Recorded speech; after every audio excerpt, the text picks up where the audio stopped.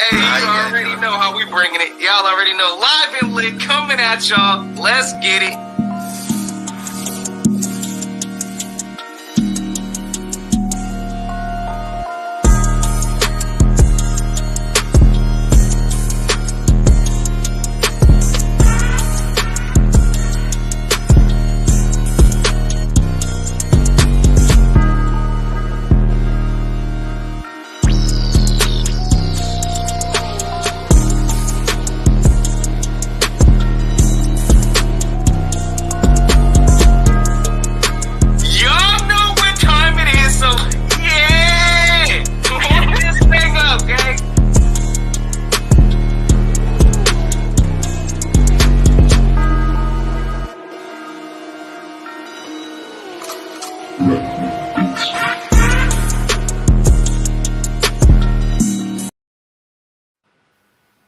Yes, sir. Yeah, live and lit. Y'all know how we coming with it. Hey, guest in the building. Y'all already know. Make sure y'all salute. Hey, MARC FARZETTA in the building. Right? Y'all already know. We got MARC in the building, man. That is live and lit and having MARC. Anytime I'm at a family reunion, a gathering, that song gets played when I walk in. So I appreciate you guys just bumping that out there for everybody, man. I am feeling it big time here, talking Eagles with you guys. This is going to be a great time. I can already tell. Great to be back with you guys. Go ahead and warm it up, no, so you know what I'm saying? First shout out to Nikki. Look. Hold on. First shout out to Nikki. You know, she's dealing with some stuff. You know, salutes out, breath for her. She will be back, guys. Don't worry about it. But yeah, I just want to give that shout out to her because she let me know some things were going down. But go ahead and warm it up for us. You already know, man. We got guests in the building, so we gotta warm this thing up, gang. You know what time it is. You know who you rocking with. It's your boy Billy Notion, live and lit, coming at y'all. Guests in the building. So hey, listen, let's check the 4K real quick because we gotta let everybody know how the Eagles is rocking after the draft. Hey, look, Lambo, check, hey, ring, check. We all the way in there, gang. If y'all new to this ride or my brother's channel, again, make sure y'all check out Mark's channel also. Links in the description below. Go hit that subscribe because y'all know how we coming. So, hey, listen, I'm ready to talk about some pre-draft or some, post-draft, should I say. So let's talk about it. I'm interested to hear some of Mark's perspectives because hey, look, there's been a lot of talk around the NFC East about who's, drafting what. We're going to talk about the Eagles today, and I'm ready to have some fun with it. All right, Mark, let's get straight to it, my guy. What happened? Was there a draft? How'd the Eagles do? What happened? First off, let's talk about the number one pick in the draft, what the Eagles did at 15. How you feel about it? Love every second of it. Going into this draft, I wanted Jordan Davis out of Georgia. And what did the Eagles do? They went and got Jordan Davis out of Georgia. Love it. Absolutely love it. This guy is a monster of a human being, and the fact that he runs with blazing speed as a ginormous human is absolutely gorgeous. I love this. And he's going to have time to mature with this defensive line as it's already constructed. He is going to give you significant snaps, significant plays this year. This was a great move by Howie Roseman to go up and get this guy. I love that they got him. It's the number one guy that I wanted in this draft. And not only did they get him, they got another guy I liked in Kobe Dean. I know we'll get there. But as far as this pick went in the first round, I couldn't be happier with the way the first round went, but both for Jordan Davis and then right after that being able to trade your 18th overall pick for A.J. Brown. I think Howie got an A++ in the first round of this draft overall. Couldn't be happier. Yes, man. I agree with you. I'm 100%, man. He nailed it. He nailed it 100. But do you think that Jordan Davis, a lot of people are like, we kind of reached with Jordan Davis with trading up to get him. You know what I'm saying? I would think this guy is such a freaking nature. Yeah, no. I never, is good. You know what I'm saying? But his ceiling is, all pro. level with the size. You can't teach that size. He's so big, he's so physical. You know, he's so fast. You know what I'm saying? People worry about the durability, but at the same time, he was rotated in Georgia. You know what I'm saying? That wasn't just him being too big to play. They had a rotation. That's what they did. You know, and people don't understand that. He's never every single down. He didn't never not be double teamed, at least sometimes triple teamed, because he's just so big of a man. And to get him inside of our rotation with the other guys that we have, I think it's going to be dynamic. Whenever people bring that up as if it's a negative, I'm like, oh, he rotated in at Georgia. Oh, you mean like he will his first year at least here in Philadelphia? Yeah, I'm fine with that. Go ahead and do that. Oh, and he gets to rotate in with guys like Javon Hargrave. He gets to rotate in with guys like Fletcher Cox and already Milton Williams, who I thought turned some heads his rookie season as well. Yeah, let me go ahead and welcome that with open arms. This was a great pick. There is no negative to taking Jordan Davis where the Eagles took him in the first round. I am absolutely ecstatic that they got him. So real quick, because there's been some slight out there. Again, look, when I heard the Jordan Davis pick that we traded up for him, I didn't knock the pick, but me personally, I did want Kyle Hamilton.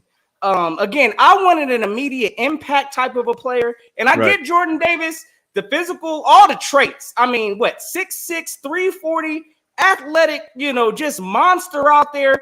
Pretty much just, you can't single block this man, but at the same time, when we look at our rotation, he's not, in my opinion, not going to be that immediate impact starter. We've already got Fletcher Cox. We've already got Javon Hargrave.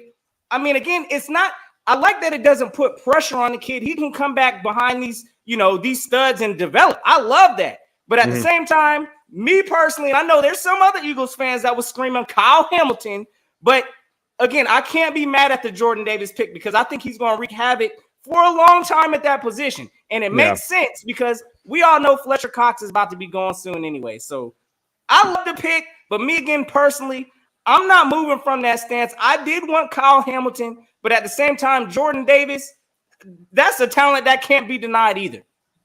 Certainly. And let me just tell you this. I mean, were you impressed with the way Fletcher Cox played last year? Because I wasn't. I mean, I thought that was one of his worst years, and I know the scheme changed, and I know that he and Jonathan Gannon butted heads throughout the year, but I wasn't overly impressed with what I saw from Fletcher Cox. There was a couple of games that I looked at and I went, wow, that was the guy that I remember playing on the interior of this defensive line. A guy like Jordan Davis, can come in here and spell Fletcher Cox some of those reps that he normally would be getting. So I think you could bring him along. You're going to get Jordan Davis as an impact player on this defense. That will happen in this upcoming season. Will it be as often as Kyle Hamilton? No, absolutely not. But here's what I like about it.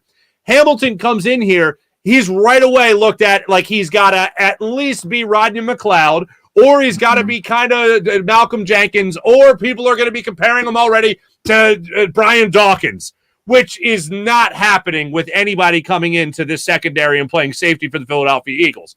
I think he is a little bit of a project as well. Does he come in more established? Does he come in as an automatic starter? Yes, absolutely. But I believe when it comes to a return on this investment, Jordan Davis will have the ultimate return on the investment over Kyle Hamilton.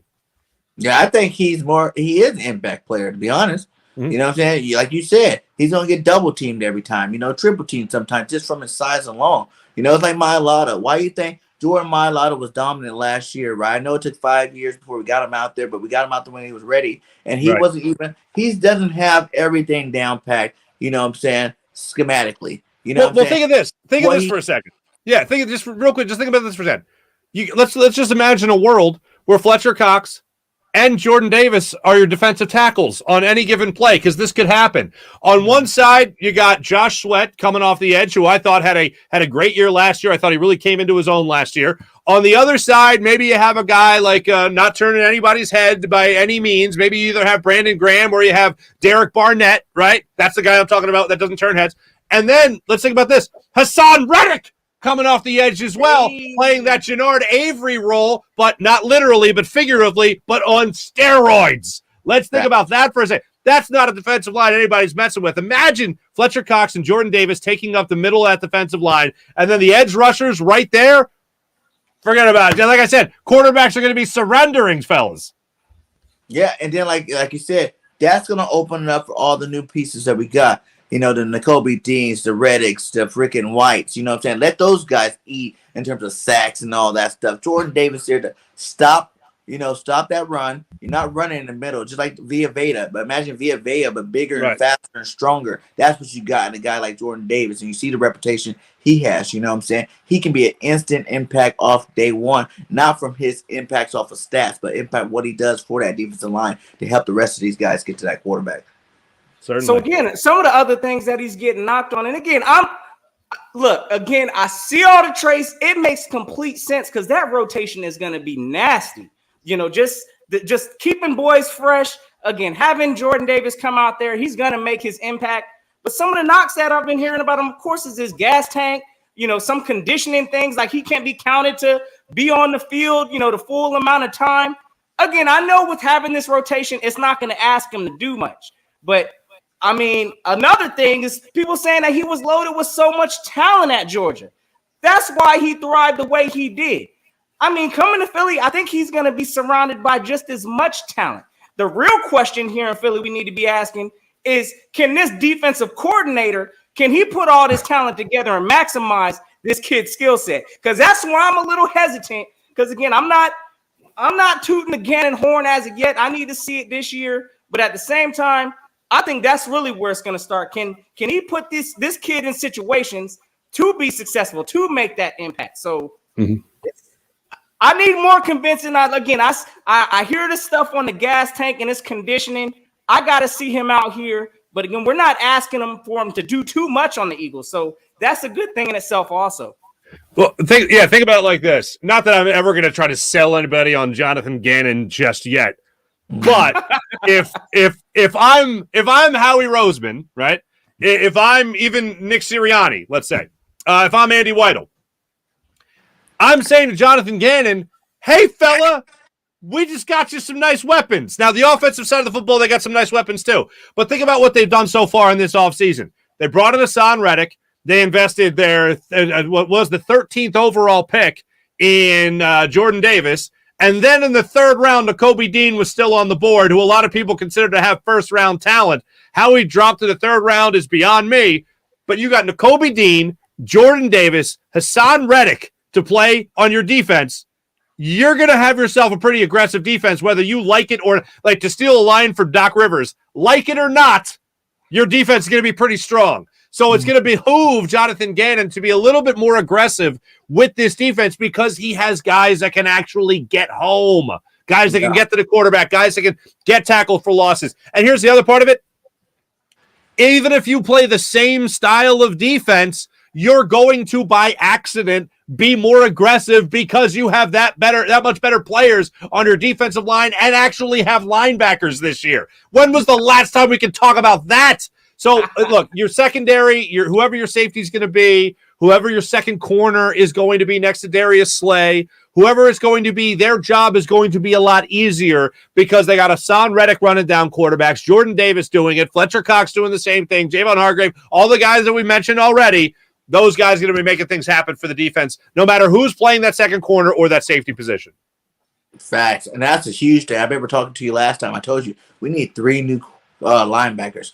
Those guys were not good enough. They TJ Edwards looked good for what he did on our team. But in reality, if you pair him up to any of the rest of the starting linebackers in the league that have good linebacking cores, our linebacker core is towards the bottom, if not the bottom. So the fact that we went out and added 3 new linebackers, Reddick, White, Dean, I think that in itself, if you came back with the same defense from last year, take away Jordan Davis, just bring those same guys back with this upgraded linebacking core, you're going to have yourself a better defense out there. Certainly, and I think it's going to be a big test. I'm sure we'll get into this as well with Jalen Hurts. I know a lot of people are looking at Jalen Hurts saying, well, this is the test. You got the weapons. Same thing can be said for Jonathan Gannon. Hey, we're getting you pieces. Go ahead and use them. I love the best thing I have heard so far this offseason was Hassan Reddick in his press conference when they asked him, how are you best utilized? And I love that question when athletes get asked that question. I loved his answer. I'm a football player. Let me play football. In other words, let me go out and do what I do.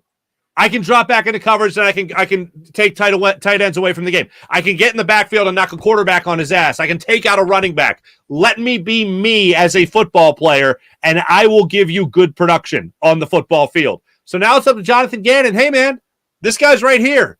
this great weapon, this great tool you have in the tool shed can go out there and beat down on some people. Let him go out there and do it. And it's going to be, it's not just going to be him, not going to be Hassan Reddick, but it's also going to be the rest of this D-line and the rest of this linebacking core, including Nakobe Dean. That's what I'm excited to see Jonathan Gannon do. See how he uses these new tools in the shed to beat down on opposing quarterbacks.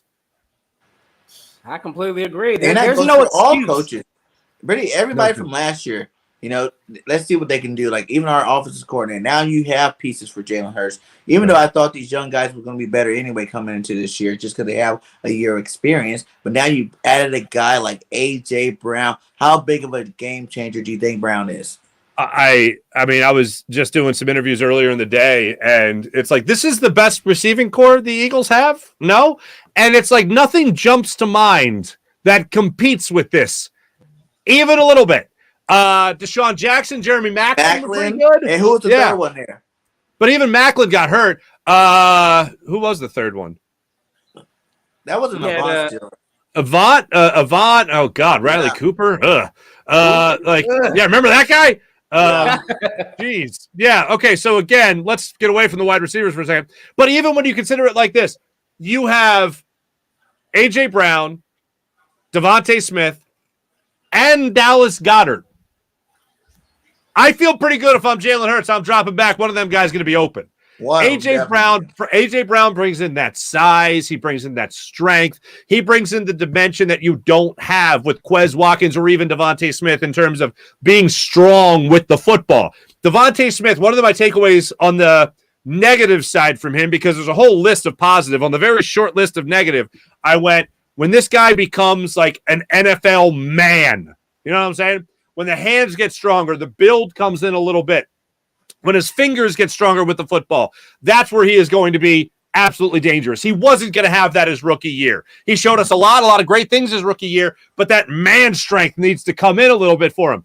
A.J. Brown's got that and a lot more. So when it comes to maybe grooming young talent around you, A.J. Brown's 24 years old, so he's young in his own right as well, but less experienced talent around you when you have twice as many reps in the NFL as he does. That's what I think is going to rub off on Devontae Smith a lot more. So you don't just bring in a guy that's also very talented. You bring in a guy who's talented in a different way than Devontae Smith, and I think he can help Devontae Smith mature his game and grow his game to make him an even better receiver in his second year as a starter. I absolutely love that. And that, as you're saying, that's going to do nothing but only make the players around Jalen Hurts and around A.J. Brown nothing but better. Yeah. I know you mentioned Devontae Smith possibly benefiting. I also think we got Quez Watkins that, taking some of the pressure off of him. Unfortunately, I really think Jalen Reagor, a person that we cannot stand in Philadelphia, I think he may actually feel some of the ease come off of him from having A.J. Brown alone. We don't need him to do so much. So, again, this is a win-win all around. A.J. Brown fits that complete mold that we need here in Philadelphia. We needed the big body receiver, a possession receiver. We don't have to force it to Devontae Smith anymore. Let things just naturally play out. And I see a bunch of people in the chat talking about what Jalen Hurts ain't, the most accurate thrower and all of this. Listen, the kid is still developing. It wasn't like he was absolute buns last year just with accuracy and he couldn't throw the ball. But again, look at the cast that he had around him last year. Yeah. Automatically with A.J. Brown, that's going to open up some things. He's no longer got to sit here and trust and force feed Jalen Reagor the ball. Again, this is a win-win. And this puts more pressure on Jalen also. But having Brown, I'm going to tell y'all right now, this takes this whole wide receiving cast, in my opinion, to a new wave. Possibly the best wide receiver duo in the NFC East. That's where I'm at right now until, look, I know we got to see it on the field, but it makes paper sense right now. I think it takes less pressure on Jalen and more pressure on Nick to make sure he's scheming these guys open for Jalen. As a coordinator, you got to make sure the deficiencies of your quarterback you mask with play calling. So now you got enough weapons. Like these guys, not that, the Smith, like you said, Smith had to come in and be number one. You know what I'm saying? He didn't get like the Jamar Chase treatment, all these other big name receivers that came out and balled out. They didn't have to go in and be number one. They came into a situation there were already good receivers there. They got to fill in and they became stars as the season progressed. Devontae, when he got drafted, the day that he got drafted, he knew he was coming to our locker room. to be the number one guy. He was going to get all the targets. You know, he didn't learn how to, you know, read defenses, you know, understand these things cornerbacks are going to be doing to him, understanding like the press game and whatnot. You know, that's why a couple of touchdowns early got called back. He dropped some early, you know what I'm saying, just because he had to adapt to the whole NFL. Now you're looking at guys, like you said, Quez Watkins was worried about being a number 2 last year. Now he's going to be number 3. That's the third corner. That's a safety. That's a linebacker. With his speed, he should feast in this offense with, you know, a guy like A.J. Brown taking up coverage. Certainly. I couldn't agree more. I think he's going to do well as the third receiver on this team. And Jalen Reagor, I think, will be much better suited when they kind of look at it and go, oh, wait, he's a running back. Maybe we should use him more as a running back if he does stay on this team. Because I remember that one game, they used him as a running back, and they actually did really well. And then they never used him again. What the hell was that? But in all seriousness, I need help here, fellas. I need help with something. Because I am on a crusade when it comes to this one critique of Jalen Hurts that I feel people have they heard somebody say it, and then they've just piled on and think it's the truth. Mm-hmm. Jalen Hurts' arm strength is fine. Thanks. It's not great. It's not Pro Bowl caliber. It's not Dan Marino, but it's fine. The Eagles won their Super Bowl with Nick Foles, who wasn't slinging darts, but he was dotting I's. You know what I'm saying? That's what Jalen Hurts needs to do. Forget about velocity and just worry about accuracy. The velocity's fine. We've seen him on a couple of different throws this year, bomb the football down the field to Quez Watkins for that like 90-yard gain they had against the Chiefs, I want to say it was. He bombed the ball downfield to Jalen Reagor, who was out of bounds on his route. He bombed the football down to Devontae Smith, who was also out of bounds on his route. Those plays convert for touchdowns. No one's talking about the arm strength. The ball was there for the play to be made. Arm strength is fine. Accuracy. That's why he's working with Tom House in Southern California, trying to dial up that accuracy and learn how he can make that a consistent part of his mechanics and his game overall. That's what he needs to do. If Jalen Hurts comes out here and he is 20% more accurate, whatever it might be, you're talking about a guy who's going to get a franchise contract, and those 2 first-round draft picks in next year's draft will be used to support the Jalen Hurts Philadelphia Eagles. Not draft the next, will he be the franchise guy? Not for that, but to support Jalen Hurts as the franchise quarterback of the Eagles. He improves his accuracy, the sky's the limit for this team with these weapons. Okay. All facts, Farzetta. I'm finally there's someone else that understands. I'm trying to educate these guys and realize he made the throws that needed to happen last year, and there's a lot of the reasons why the stats didn't show for it. You know, like you said, those steps out of bounds. You know, the 4 touchdowns he threw in the Giants game that all got dropped. You know what I'm saying? They make these catches. You know, he's hero in certain situations. You know what I'm saying? Right. But since they don't make these catches, they just care about how horrible of a game he had. You know, not everybody will have perfect games. You know what I'm saying? Like, it's the NFL, your first year starting, there's going to be mistakes, but the guy definitely shows you that he can put the ball where it needs to be. He had a lot of tight window throws, you know what I'm saying? Like the Dallas Goddard touchdown, we had 2 people over, and he like, did he call it? He caught a touchdown? What? Okay. You know, the Devontae Smith touch throw in Denver, you know, right where the sideline or Devontae only on Patterson. Back shoulder, you know, back shoulder fade. Like, he's made every throw there is to make in the NFL. You know what I'm saying? Like you said, it's not about does he have the best arm in the world? No. You know, but not very many starting quarterbacks do. You know, they all struggle in certain areas, you know, and he just so happened the area that he struggled in, he's working on, and he has something that they don't have, and that's a smart athleticism. He's not a Lamar Jackson just running to be a running back. When Jalen runs for all these yards, he had 800 yards, and most of them he either A, slid down, or B, ran out of bounds at the end of his run. I really do. I consider myself president of the Jalen Hurts fan club, but that doesn't mean that I'm handing him a 10-year contract right now. He still very much has to prove himself over a full season of being accurate and being that guy that the Eagles are going to need him to be for the foreseeable future. I don't bet against people that have this much talent and this much work ethic. Like this guy's work ethic is off the charts. Through everything, all the BS in the offseason about Deshaun Watson, about Russell Wilson, about Aaron Rodgers. What did he say going into training camp last year? What did he say? He said, I'm above it all. That's not, I can't control that, so I'm not worried about it. I'm just going to be me. I'm going to work my butt off to take the reins like they want me to take the reins. And I felt last year he really did that in terms of the maturity level. He had it going on between the ears. We talk about mental health all the time in sports now. Guys like Jalen Hurts, guys like Giannis Antetokounmpo, just comparing mindset, not comparing talent level at this point in their particular sport.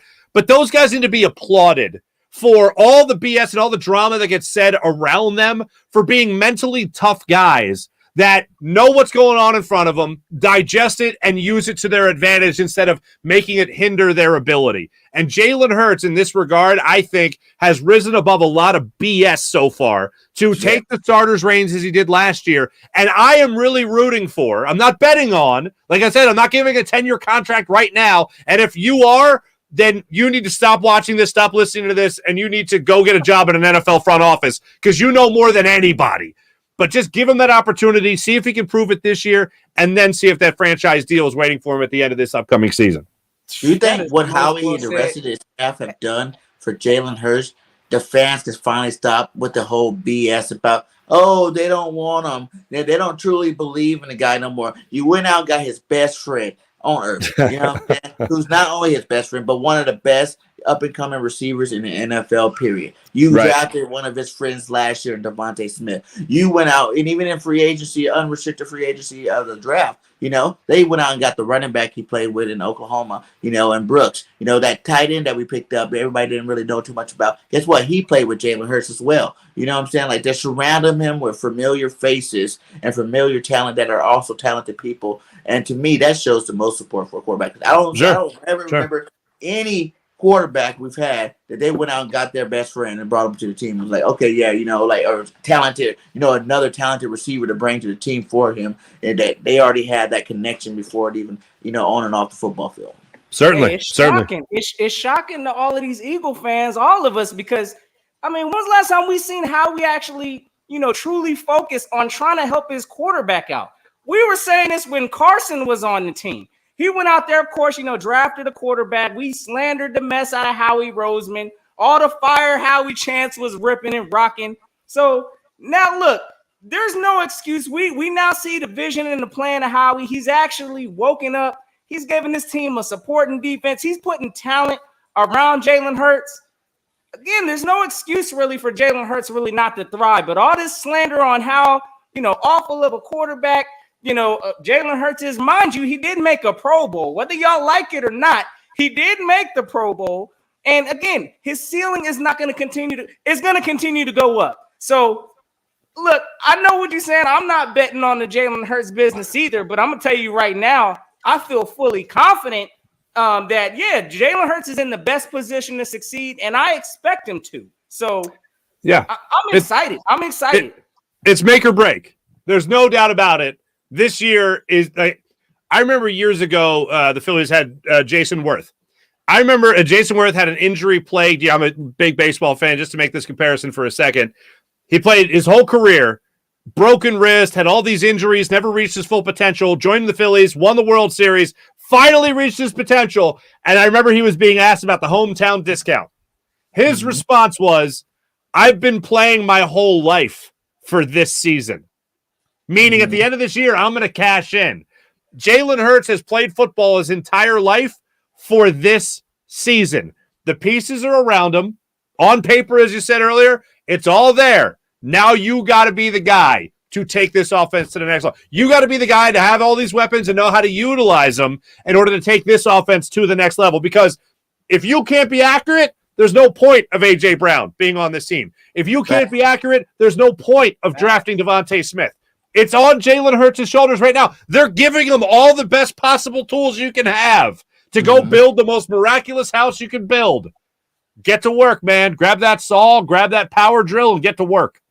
And I believe, like you said, I know you guys said, you know, you'd be crazy to think, like, I'm saying it right now. If I can go to Vegas right now, and I probably can somewhere, and put some money down, will Jalen Hurts get franchised, you know, get that franchise money in a couple of years, either next year or the year after? I would go put it down now, you know, because he showed me enough last year, man. Like, I don't know how people don't see it. Like, he literally had one of the best first-year starting jobs of any quarterback, like, throughout the history of football. Every week we were seeing him break a new record, whether it was with his feet, his legs, whatever. When you're breaking records, you're breaking records. You're doing something that no other body at your position has ever done before. You know what I'm saying? Like, he had 3,100 yards. You know what I'm saying? Back in the day, that was a good season. You know what I'm saying? But I'm just saying, like, yes, in the passing league, yeah, you wanted to see your quarterback over 4,000 yards. But if you take back all those drops that he did make the pass, you take back those long touchdowns, you add those yards to it. He has close to 4,000 yards. He also has close to 1,000 yards rushing. That's like close to 5,000 yards total. So technically speaking, it didn't come out like obviously, woulda, shoulda, coulda. But in reality, he did put enough performance on the field to be a Pro Bowler. You know what I'm saying? He put that up there. It wasn't, not everything went perfect. There was a lot of moving parts, a lot of reasons why things wasn't perfect, from the play calling, from the players at each position dropping balls, from him missing balls, you know what I'm saying? But all in all, man, he did a great job that first year. And that's why I think Jalen's that dude. He's a winner. And that's something you can't teach. You can't teach that dog mentality, that winning mentality, that winning culture. You know what I'm saying? Like when everybody's talking smack about it, what's Jalen doing? He's out there working out. You know what I'm saying? He's out there building on his craft. Like everybody's they're taking some mad heat on him. Putting mad heat on him. Like, oh, you suck. This, that, and the other. He doesn't let any of this face him. And as we see with Carson Wentz, that can really derail your career if you let that get to you. Look, I'm really rooting for him. Maybe you should go find a job in an NFL front office if you're gonna bet on him right now. But I'm not there yet. I gotta see it. I gotta see him do it for a full year because. Look, for everything you say about drop passes or guys running out of bounds, and I brought that part of it up, he missed throws. I mean, he missed a lot of throws.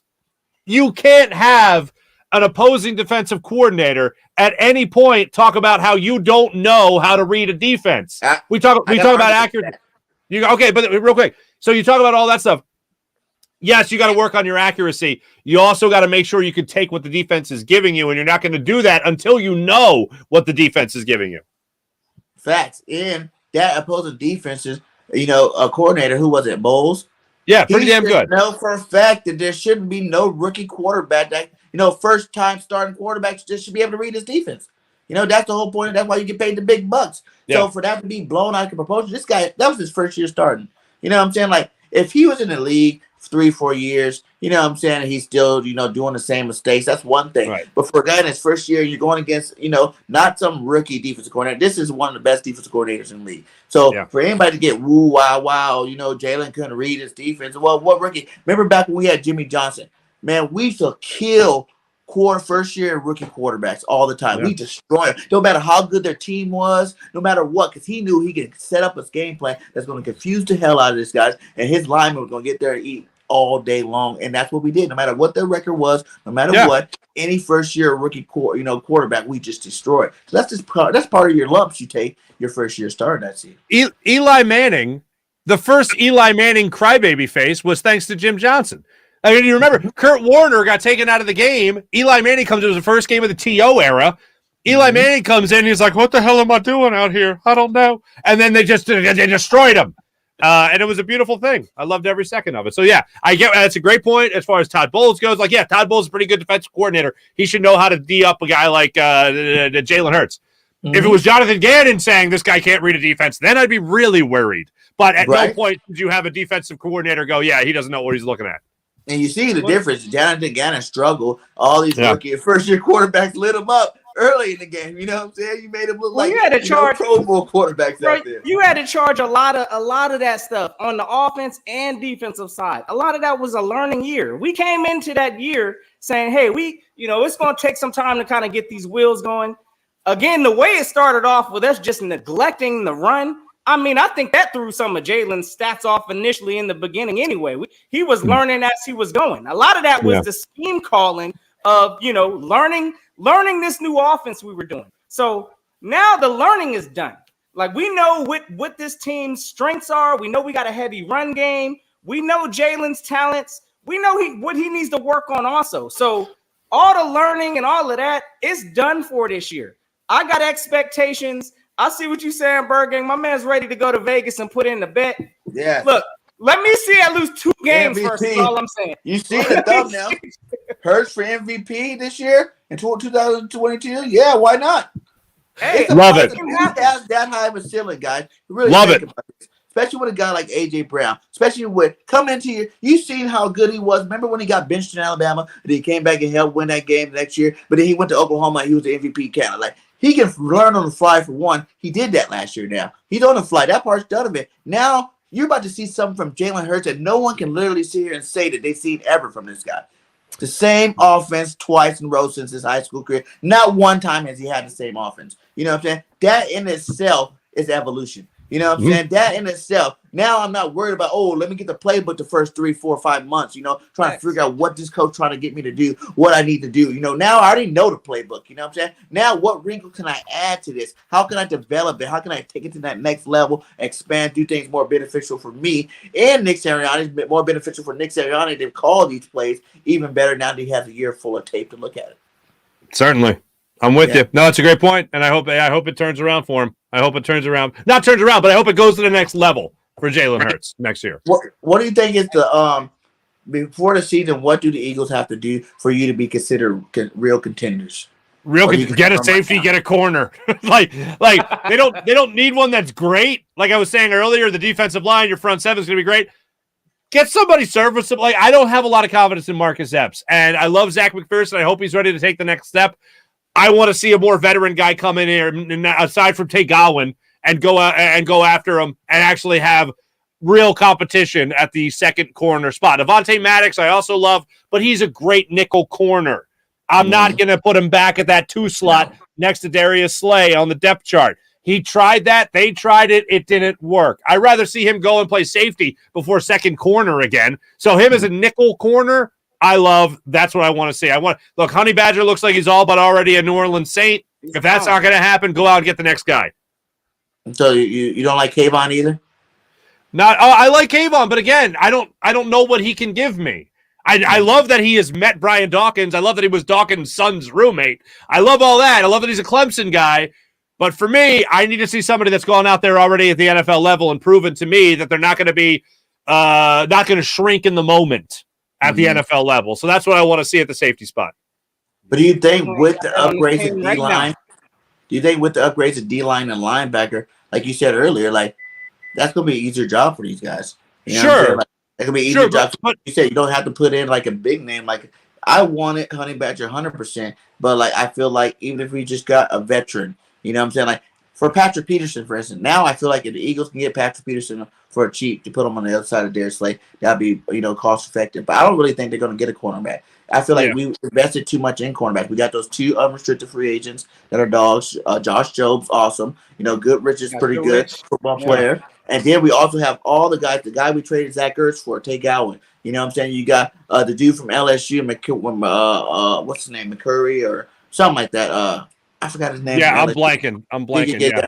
And then we got the dude from the Colts too that we put out. And none of these guys even play, so we don't even know what they can do. All we know is they're big physical corners. You know what I'm saying? And they had a whole half a red shirt year for them to develop them behind the scenes, get them ready for this moment this year. So I don't really think the Eagles are going to really go out and make a move on any kind of cornerback. Now, safety, I heard how he say he liked Epps, but at the same time, I feel like Epps is a great rotational piece. We might still need to try and find some kind of veteran leadership. And get Kayvon out there. Get Kayvon Wallace out there. Have him feast. Hopefully he's the guy. Fellas, I got to get running, but it's always great. Always great talking birds with you guys. Before you get out of here, my guy, thanks again for coming on.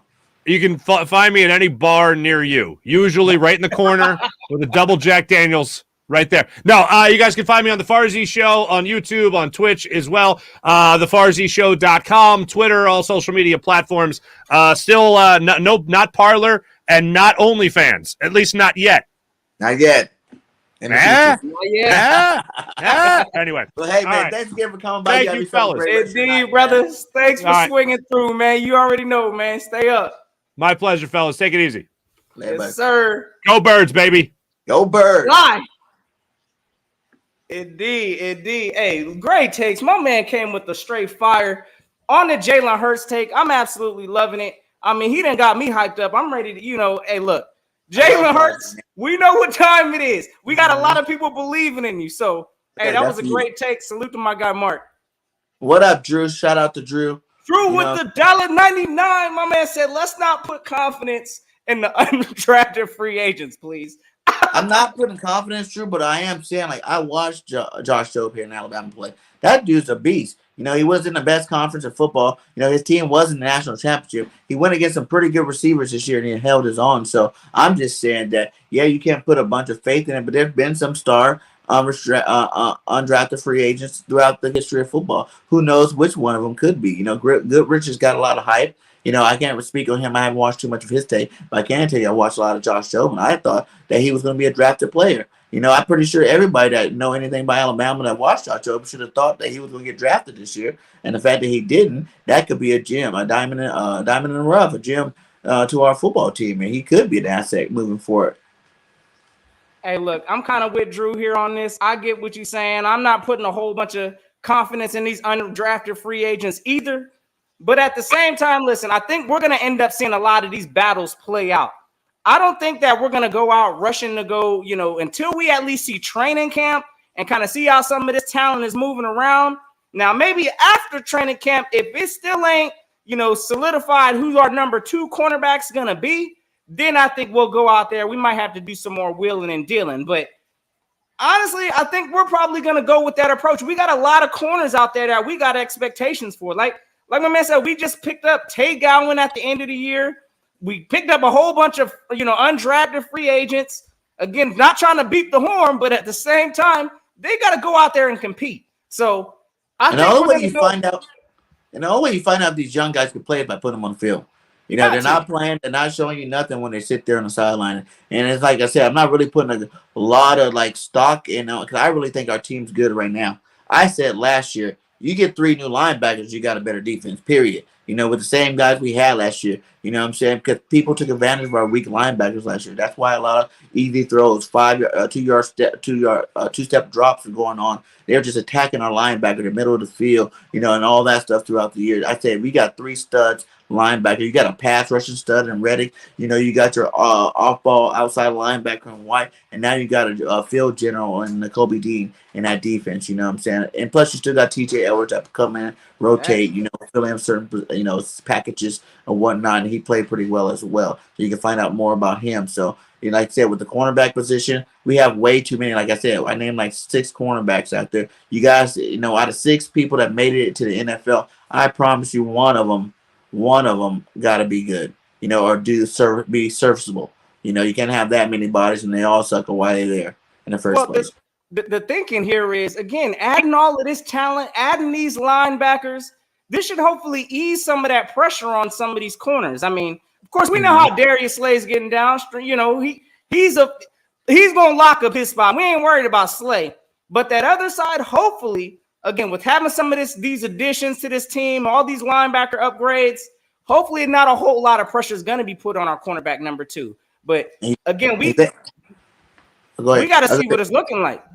Yeah, but you think about it, the things we did at pressure on that D-line, you know, on the pass rush. If the pass rush is getting there faster, guess what? Less time on the cornerback. Guess what? Now that quarterback can dink and dunk your linebackers. You actually got some comparable linebackers back there, you know, that are good. You see teams with good front 7. That's why that front 7 is crucial to championship. Most Super Bowl winning defenses have an awesome front 7. You know what I'm saying? Like the cornerback, some of those defenses you can't even name. You know, some of the greatest defenses that were out there, you probably wouldn't even be able to name all the DBs, you know, offhand, like unless they had a superstar, you know, in that defense. You know, like the years that the Ravens were good, you knew you can name Ed Reed. You know, you knew you can the linebackers that were with Ray Lewis. You knew you can that defensive line, the Nadas and those boys. But in reality, well, who was the other cornerback? You know what I'm saying? Like it wasn't that big of a deal. You know, you're taking less pressure on these guys. Most people can hold up for the first 3 seconds of every play or 2 seconds of every play. Most people can. You know what I'm saying? That's not our problem. Last year was just, you know, when they get the ball out. Pressure, bro. We didn't get no pressure last year. Our pressure was trash bag last year. It is what it is. But I mean, again, with Howie Roseman making the attention focus, I mean, he's starting with the trenches. First 2 rounds, straight trenches. You know, D-line, of course, we got the A.J. Brown. Then he went 2nd round, trenches, center. So Howie knows the blueprint to be successful. And if it all comes to get together the way it should, this team is going to be nasty. Again, our front line, like you're saying, that rotation is going to be something to reckon with. So hopefully with all of those additions, it's not going to put too much stress on the corners. But again, we still, like my man said, our secondary is weak right now. We need some milk out there because I'm still got some issues with the secondary spot. I don't believe in this whole Kayvon Wallace business. I got to see it. again, look, I know he was And bit I by a don't lot of even agree injuries last year. I don't even agree with saying our secondary's that weak. You know what I'm saying? You got a Pro Bowler and big play Slay. You know, you got Harrison that's a good football player, good safety back there. You got who should have went to the Pro Bowl, and Maddox, who had an excellent year last year as that slot cornerback. So you got most of that 3 positions out of the 4 that's back there, you know, the 5 that's back there, that's good, that you can rely on down in and down out. You know what I'm saying? Now those other 2 guys just gotta be comparable. You know, just gotta be good good enough football players not to be the reason why the defense is bad. You know what I'm saying? Like how, you know, for a little bit in Dallas when you see what's his name? Diggs, all these picks, all these turnovers, but then everybody start picking on the other one. You know what I'm saying? And then all of a sudden he's getting roasted left and right, left and right. You can't be that bad, but you gotta be good enough to where you can hold your own. And I think, you know, with the 6, like I said, 6, you're gonna miss. If you're missing those 6 different people you brought in for one position, then there's something wrong with your talent scouting right there. You know, that's when, you know, you got to blame the person bringing these people in here.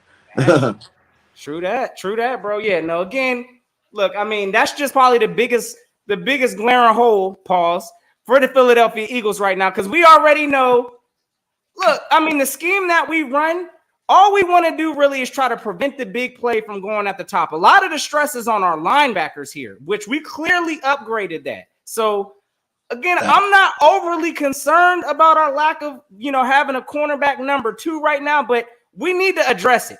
Like we saw last year, we knew linebacker was a problem. We needed to address it, and we got ripped up all year because we wanted to go cheap and not take care of business at the linebacker position. Glad we finally did that, but we need to do the same thing with this cornerback number 2 spot, because I don't want to see Avonte Maddox over there.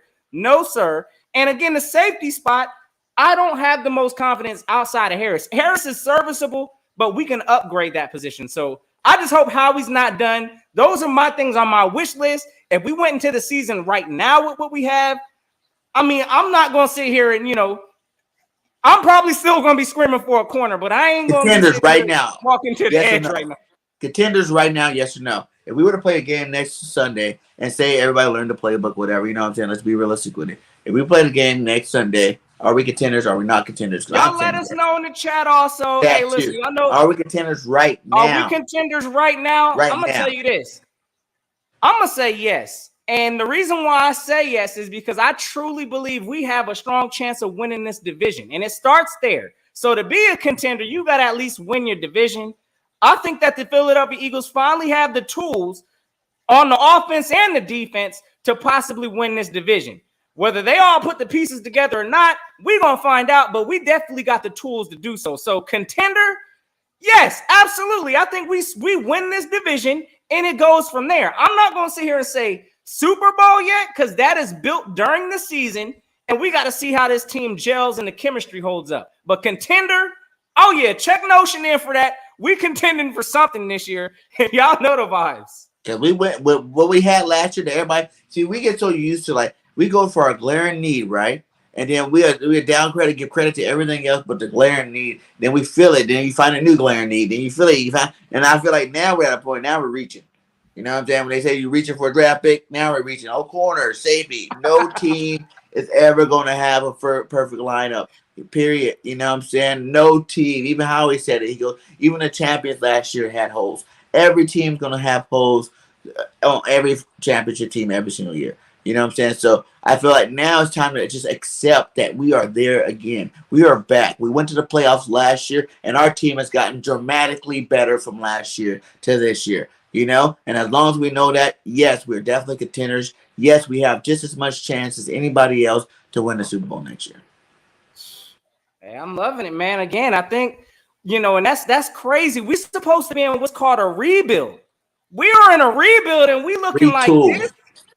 Exactly. Call it a retool. Call it what you want to call it.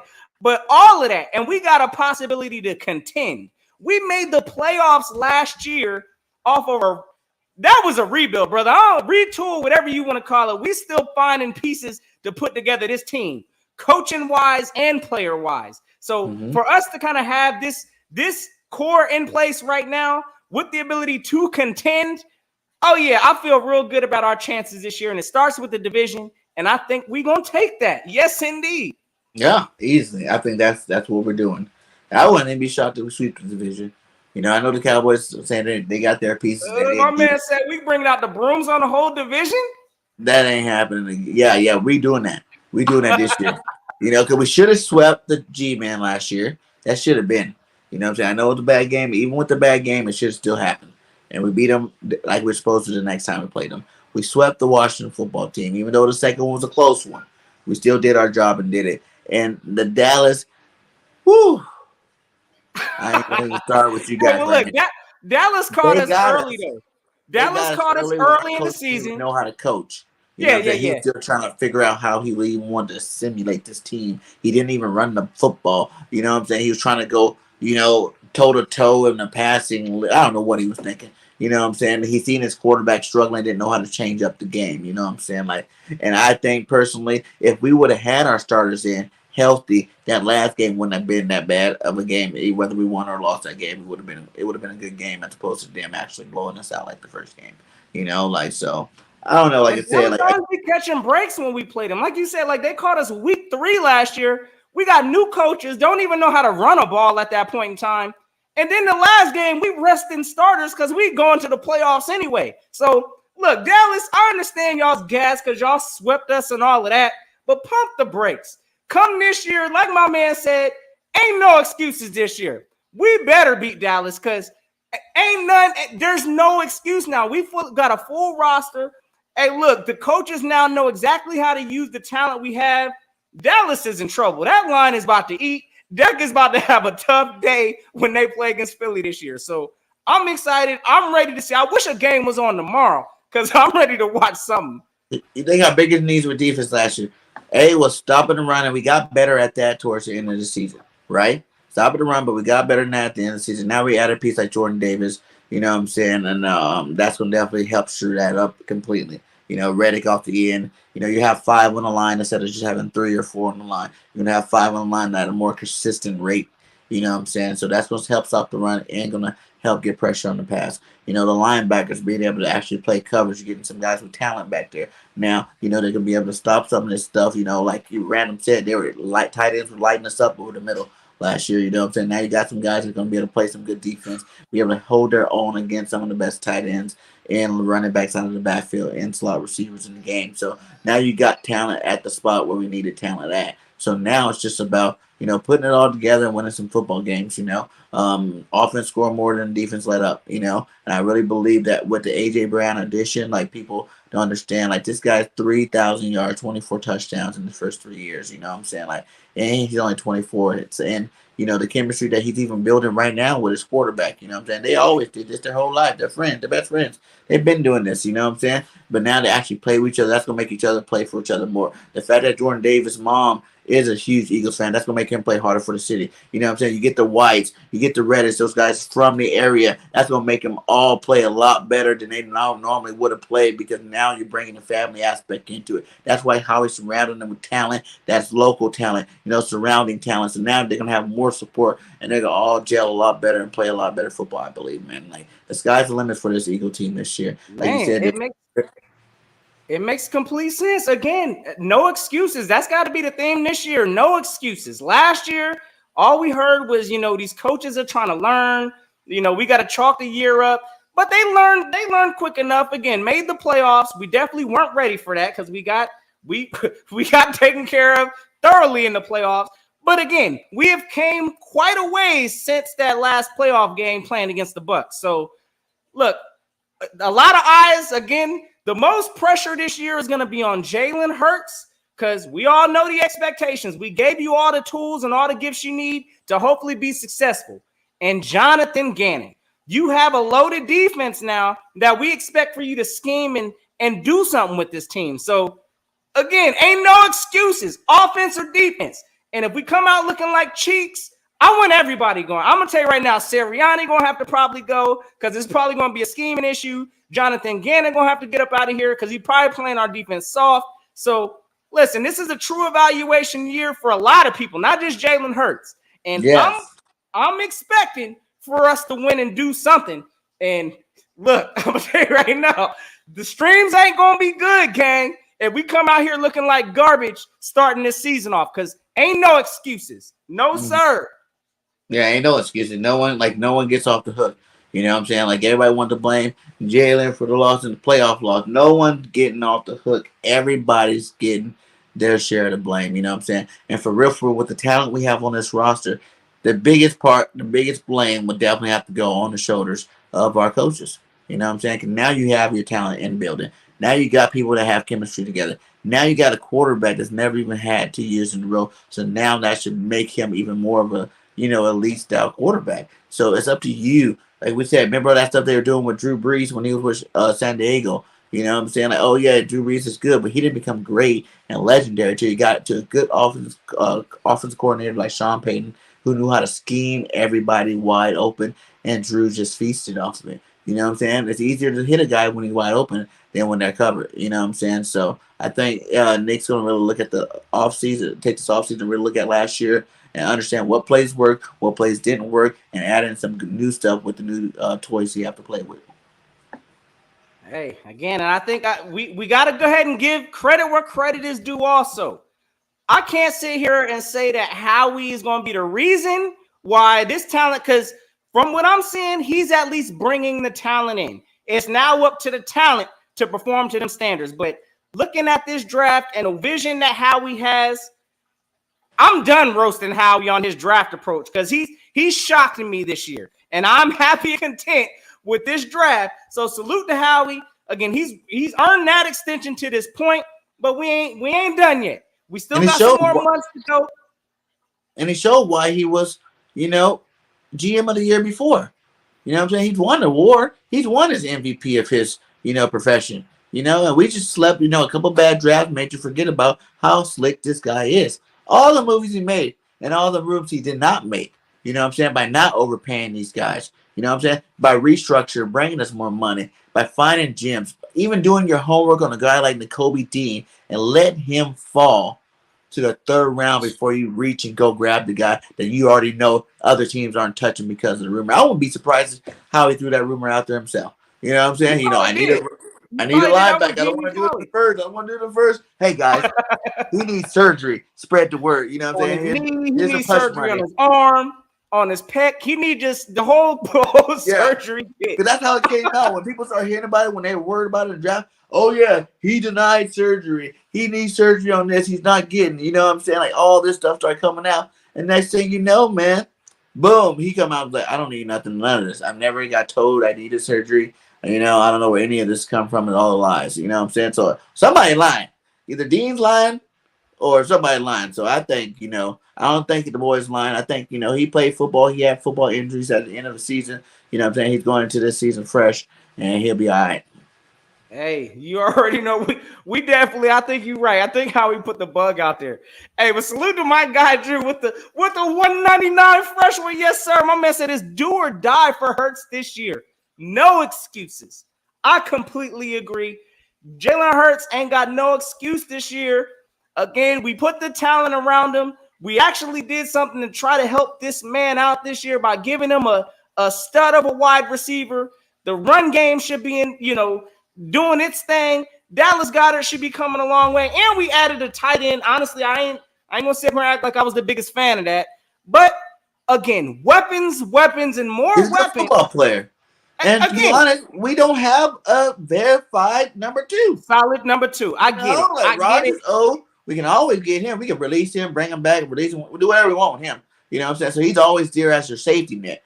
And then Jack Stahl, but he's more of a blocking and line tight end. You know what I'm saying? He can catch. He's not that athletic as you would want. But this guy, man, from what was it?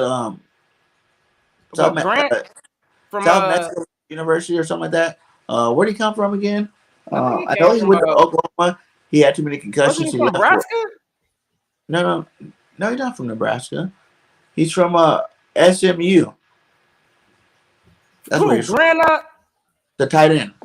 Oh, the tight end we drafted. Okay, I got you. He's from SMU, and he was with Jalen Hurts with them boys in Oklahoma, and then he had too many concussions, so he stopped. Did his little fireman thing, came back to football with SMU, and had a good year. Like, he looks like a good tight end to me. You know what I'm saying? SMU and Oklahoma, yeah. He looked like a good tight end to me. You know, I watched his highlights. He looked like he can catch. He looked like he's big. You know what I'm saying? He can block. He seemed determined to want to do all of them. So until we get that position solidified too, I want every position that's going to be on the field frequently to be good. You know what I'm saying? Like 2 good tight ends out there. That just makes your offense that much more dangerous. Anything to help over vicious. Yeah, you know, your running back, you got Boston, you got Gainwell, you got Sanders, but then you got your unrestricted free agent Brooks, who honestly, he looks like a poor man's Miles Sanders to me when I watched him play, you know, from last year in that OU offense. I watched his highlight. He looks like a poor man's Miles Sanders. They wear the same number even. You know what I'm saying? When I was watching that, I was kind of thinking, oh, this guy looks like Miles Sanders out there. So I think we got a good, you know, back, you know, and he's a little bit bigger. So I'm excited for these guys. I really am. Like I told everybody from the jump, I was excited for it before when the offseason hit because I knew if we can make it to the playoffs with this roster and the way this coach coached this year, these coaches coached this year, and we can still make it to the playoffs. We didn't really deserve to be there, whatever, just because we weren't ready. But we didn't deserve it. What you mean? We put in that work. What you mean? We put the work in. I'm just saying, like once you got in there, look at the other teams. Like we didn't. We wasn't supposed to be in the dance, but we got up in there. Do it. And that's the end of the story, end game right there. We did it. There were 16. There's 16 East Division, so there's 7 that went. So there's 9 other teams in our division that were sitting at home. You know what I'm saying? While we were inside the playoffs. So and Dallas Cowboys, they made it there too, and they lost the same round we lost. So it doesn't matter. You know what I'm saying? It's about now. Everybody's coming back with this experience. We retooled, reloaded, and I really feel like we're gonna make a nice run. The schedule's favorable. You know, it's like there's no reason why the Eagles should be, you know, at least in the NFC Championship game this year. I agree, brother. I agree completely. So, again, look, when we got the OTAs or the camps and all of that starting? Don't they start pretty soon, like next week or the week after? I think like next week. Rookie mini camp. I'll have to double check the dates on that. They're all starting up soon here. I know that. They're like the couple of said next week when they started, I'm gonna be there. So that's how I know. Next week, you know. These guys gonna be out there doing their things already, and they're gonna start building that bond, start building that chemistry, man. I swear, man, it's gonna be litty like a kitty in this beat. You know what I'm saying? The only thing is, are we keeping Minshew? Are we gonna try to get some trade value from Minshew? We're gonna try to get Minshew in a trade for a better cornerback or safety. You know what I'm saying? Like, because you got Carson Strong. How do you feel about that pick? You know what I'm saying? We got Carson Strong back there. We didn't even have to draft the guy. And not even drafted. Yeah, we didn't have to draft him. But we got him, and now you know we'll be able to mold him to be a good number 2 because you don't need your number 2 got to be good enough to play, but most likely won't play. You know what I'm saying? Like you got to be a good enough, comparable player, like a Nick Foles type guy. You know, someone that's gonna be serviceable. I can probably get you in there with the talent around me. I can win you a couple of games. You know, but don't depend on me for the whole season type guy. And I think with the right development, maybe Carson Strong. I wouldn't mind just keeping Minshew, not trading him. I'm just saying if he turns out have a good rookie camp, come in, have a good preseason. You know what I'm saying? He looks like he could be worth something in the NFL. Then I think it'd be awesome for us to just, get something back from Minshew, just make him our backup. So we already know we got in Minshew, right? Like, I mean, at least for the backup role. I mean, I at least got a little bit of confidence in Minshew. I'm still, of course, I don't think, he's as much hype as he got last year of him possibly being a replacement to Jalen Hurts. That was ridiculous.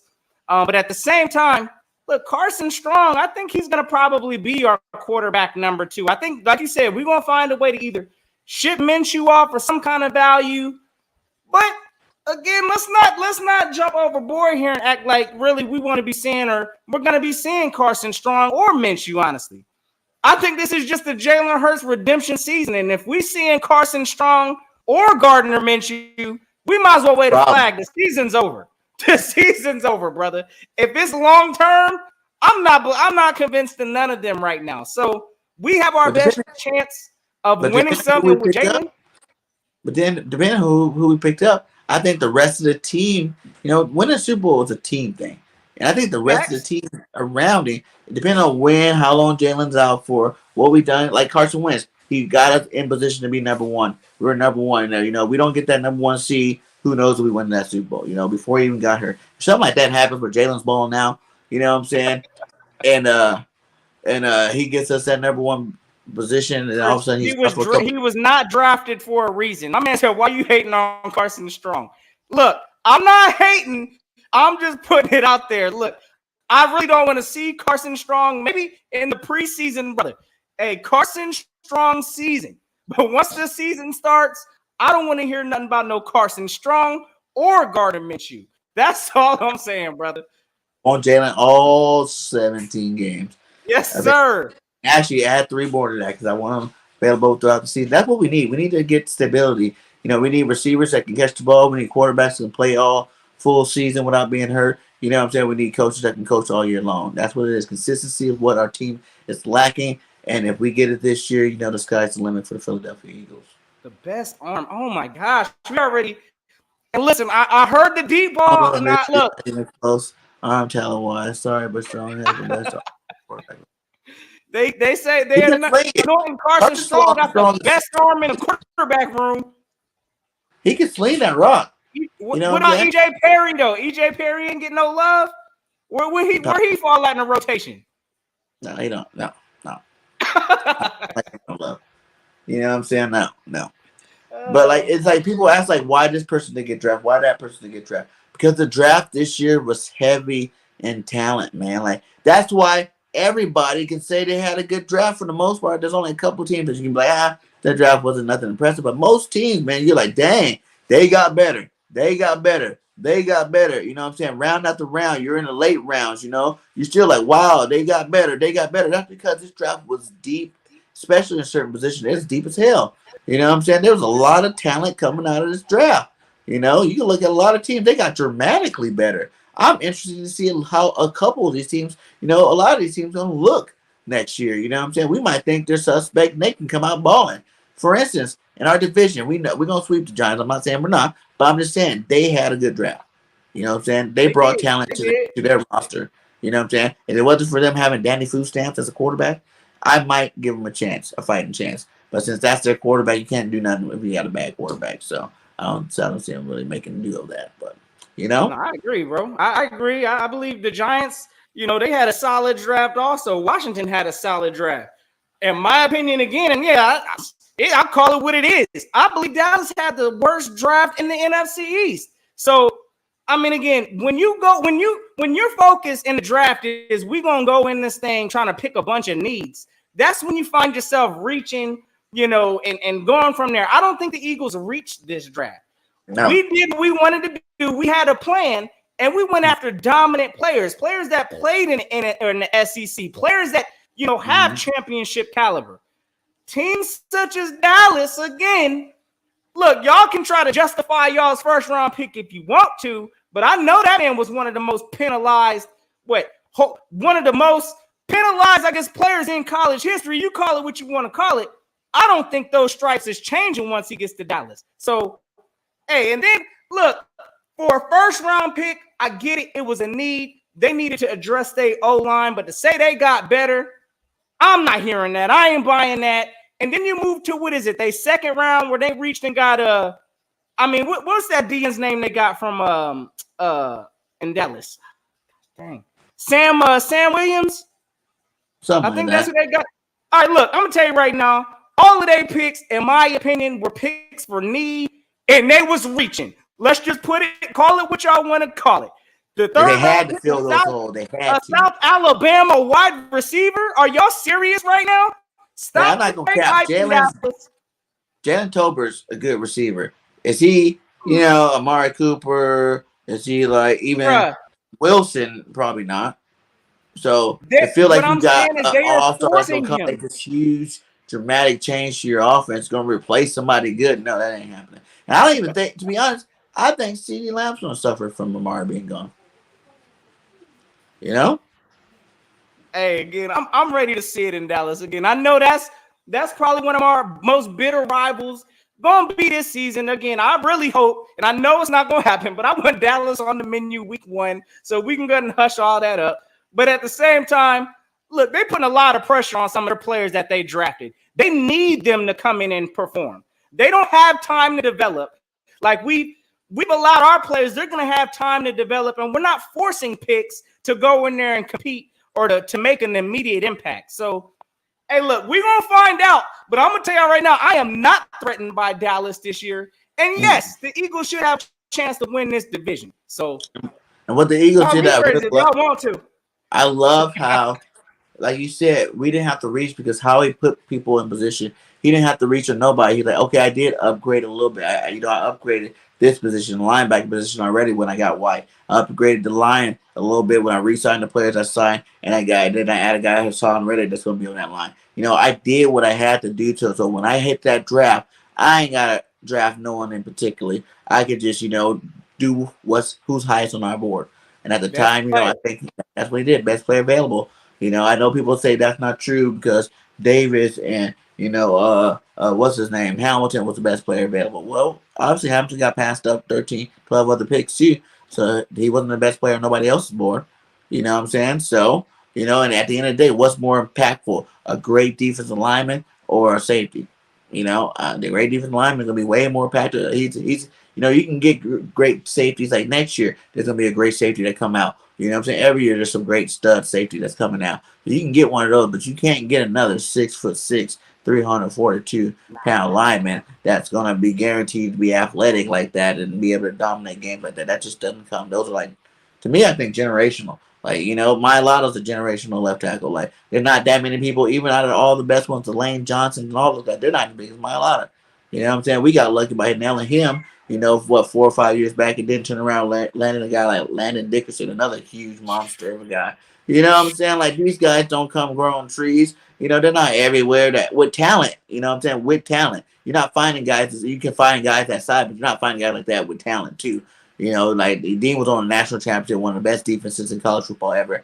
He was on that defense. You know what I'm saying? If you found Davis on South Alabama, just a big dude from South Alabama that has that size athleticism, the bust ratio probably be a lot higher. He probably wouldn't be a first round draft pick. You know what I'm saying? But since you find him in the highest division of college football, SEC, dominant, did his thing there, helped out everybody. Like you said, I didn't worry about stats. I just worry about as long as I'm picking up 2 guys, all the rest of my boys are going to eat. And that's an unselfish player, and unselfish players serve well for us. Cause we got a lot of pass rushers. We got people coming out the ball. You know what I'm saying? Think of him, and then say you put Hargrave or Fletcher on. You got to double team them. So now you're saying you got 2 double teams double blocking. Yeah, who you double teaming? Get 2. He's fast enough. Davis is fast enough that if you try to double team a guy like Fletch, he's fast enough to beat a guy 1-on-1, and he's big and strong enough to beat him too. You know what I'm saying? Like, he can burst past. I see them burst past a lot of people that whenever they did, they missed him the double team, and he just like, get out of here. And the speed, he was right there in the backfield to tackle the running back. So he got everything we need. He's explosive, and this guy's gonna be a beast, man. I think people are really underestimating this pick. This is like, the Fletcher Cox. It's like when you compare Fletcher to him, everything that you love about Fletcher Cox, this guy's bigger. He's faster, coming out. He's bigger coming out. You know what I'm saying? He got that dog in him. And I think he's going to be just as good as Fletcher Cox was for the Eagles. Well, gang, you already know. We about to soon find out because training camp's about to roll around this corner. And again, the theme for this year need to be no excuses. So that's how I'm rocking. Again, we've done everything to try to help out Jalen Hurts. So ain't no excuses from that side. Ain't no excuses from Sirianni on us trying to learn how to develop and running this offense. Ain't no excuses for Jonathan Gannon not to call blitz plays, bring pressure, do what we got to do to get to a quarterback this year. So yes, I'm excited, sir. My man. I'm excited. I'm excited. I cannot wait. And it's going to be fun covering, especially because I don't even feel like he's done yet. I feel like there's going to be another move that we're like, what is going on? He did not just do that. You know what I'm saying? That's awesome. You know what I'm saying? Like, now you just made it more insurance. You know what I'm saying? He got 4 months to really fine-tune this roster. A good roster already, but fine-tune it. And when it comes back, it's going to be so awesome, man. I just think, like I said, I don't have no doubt. You know me, 17-0 until proven otherwise. You know what I'm saying? Until someone beat us, it's 17-0. You know what I'm saying? I think our team's that good. And, I know people think I'm ridiculous when I say it, but that's just the mentality as a fan. You should want your team to win every game. And with the schedule, the talent we got, I think they have the talent to beat every game. I thought we had the talent to beat every game last year. There's other circumstances that made it, so we lost a lot of those games. They had nothing to do. I ain't going to come on here and say 17-0, but 15-2. Otherwise, that's not my record. That's not my record prediction. That's just my model. It's a model. You know what I'm saying? All right. If we want another one Yeah, of these, you it's a gotta have that model. mentality. Yeah, you Facts. gotta have that mentality going into 17-0. We're gonna win Facts. every game, one game at a time. All You right. know what I'm I'm gonna saying? be interested to see what your When, final schedule when we do prediction is our once you drop record that. prediction, you know, I'm Yeah. gonna take everything into account and be more of an analytic type guy. Content creator. I'm gonna break it down and tell you, okay, we could lose here or there. You know what I'm saying? But yeah, I'm gonna give you a more realistic one. But like I said, even when I make those predictions, I'll be like, we're gonna go 12 and 12-6 or 12-7. You know, and I'll still say 17-0 and 16-0 if we lose, and 15-0 if we lose again. I'm still gonna be that way every game. I'm expecting the Eagles to We win. know how you get down, Bird Gang. My Yes, man, sir. hey, look, he gonna Yes, sir. represent it. We win in every game till we lose. That's how it's gonna work. So y'all already know the vibes. But hey, man, shout out. What do you say? Live 17-0, 15-2. Yeah, my Like, man said, yeah, lighten it up. Yes, sir.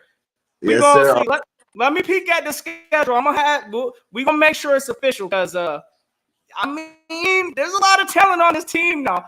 So I definitely expect a better than a 9-8 season from last year. So That is let's the go floor. up in some. That's definitely the floor. And I would be mad if we're 9-8 again. I would. Oh yeah, I'm gonna be big I'd mad be too. mad. Like what? 9-8 again? You just brought in all this. So what was that whole? What's this whole offseason for?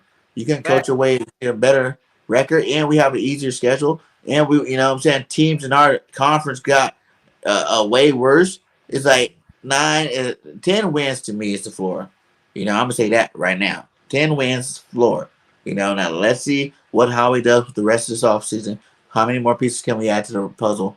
And let's see how they start out. You know, the sky's the limit from there. So, and hey, shout out to all you guys. You were rocking all night. We're at 160. Make sure you guys go hit that like, you know, and subscribe to all the different channels. Philly Notion, Bird Gang 31, BGN Sports Media. We're bringing you fire on every single Y'all check channel. out Mark too, because he was kicking And that Mark fire. FARZETTA, shout out to Mark again for coming by. He always brings the fire, and I love Mark. You ask Mark, hey, you free? You're like, he'll tell you, nope, I'm not free today, but hey, how about this day? You know, anytime you want to work with the guy, he's been good. He's been on a couple other network shows too, as well. You know what I'm saying? And he's killing it every time. You know what I'm saying? I've had the opportunity to work with him, you know, quite a few times, and I love it every single time. I love his energy. I love what he brings to the table, and he's just always got a different outlook on it. So it's always a good fun time. So hey, man. Any last words besides, you know, the Birds gonna be dominating this year? You know what I'm saying? I'm That's ending with my this. last words. Right now, you know, and again, until I see the schedule right now, but yeah, I'm feeling some 15-2 vibes right now. So you already know my man on 17-0 vibes. Hey, look, we only losing 2 games this year. Let's go. Yeah, no shit, I like it. Hey, I like it. You already know, man. We're gonna look at the schedule when it come out. But 2 games, hey, look, baby. I like our chances this year. It's looking good. So hey, y'all make sure y'all have yourselves a safe and fantastic Eagles Day. It's always fly, Eagles fly. And y'all already know. Until next time, y'all know what it is. Gonna keep the notion. Yes, sir. Have a great night, guys.